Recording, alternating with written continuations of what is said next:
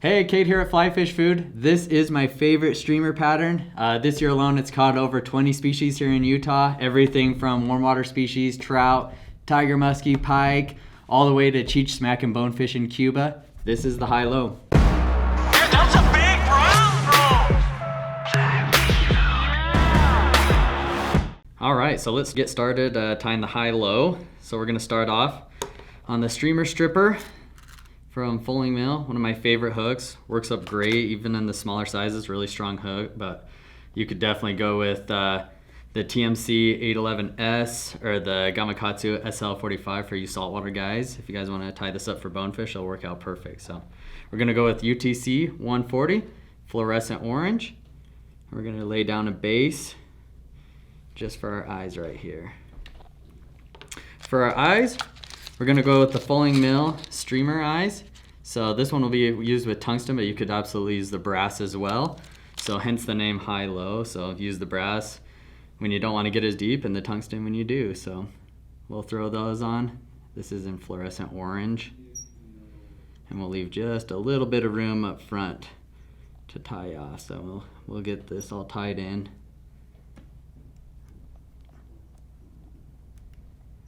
Real quick.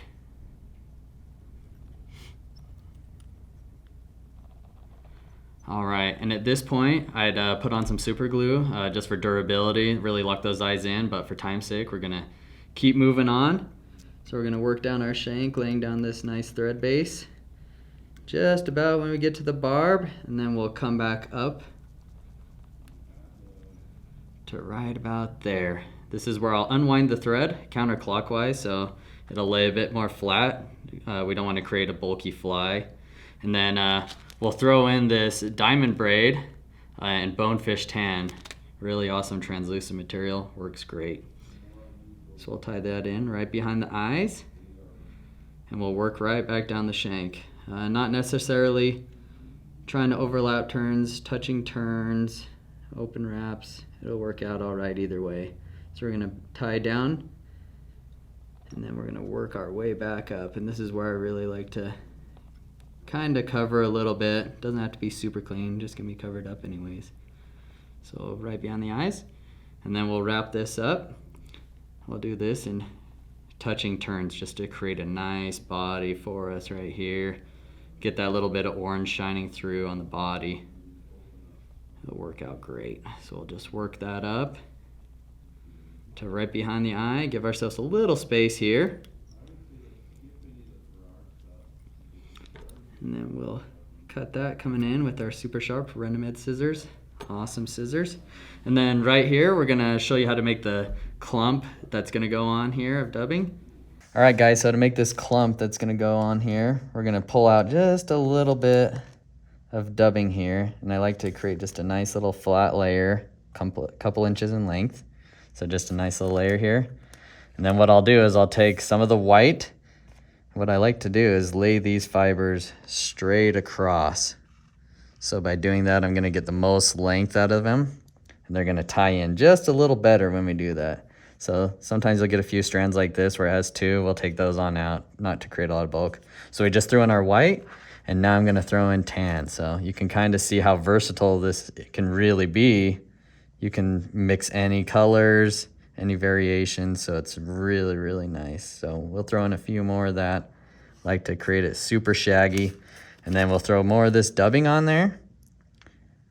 And I'll kind of sandwich those in there. So it makes it a little easier to handle when you actually go to tie it in. So there's the clump. Alrighty, and then we're gonna throw our clump on here.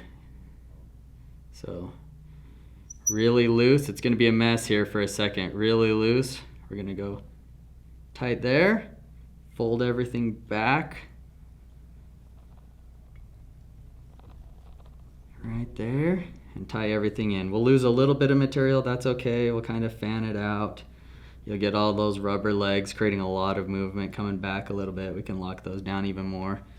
And then if you create a little gap right there, I like to come in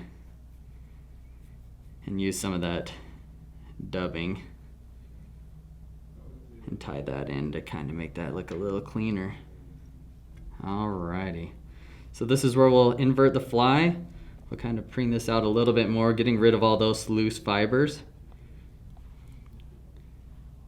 And then if you see any long ones, we can trim those. Any wonky ones, we can kind of cut those out if we have a little too many right there. And then next material, we're gonna go and tie in our rabbit zonker. I really like the Fulling Mill rabbit zonkers. Really straight, consistent material, works great, all usable. That's the big thing. So we're gonna tie that. The ginger black barred. So right here, we're gonna measure it right from behind the hook. Measure with our hand right here. And we're gonna actually stab this through the hook. Gonna be all fingers for a second here. We're gonna remove that. We're gonna clamp it back in there. You can see we stabbed it through there, so it's gonna sit real nice for us. And then you're gonna pull this really tight. And then we're gonna just tie that in, clean up these loose fibers real quick. We're just gonna tie that in, creating a really small little head on here.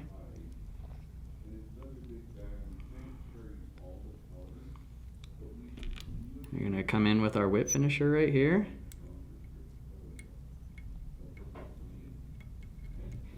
And finish it up. And then you could absolutely put super glue on here, or resin to clean up that head, but that is the high-low. Give it a fish.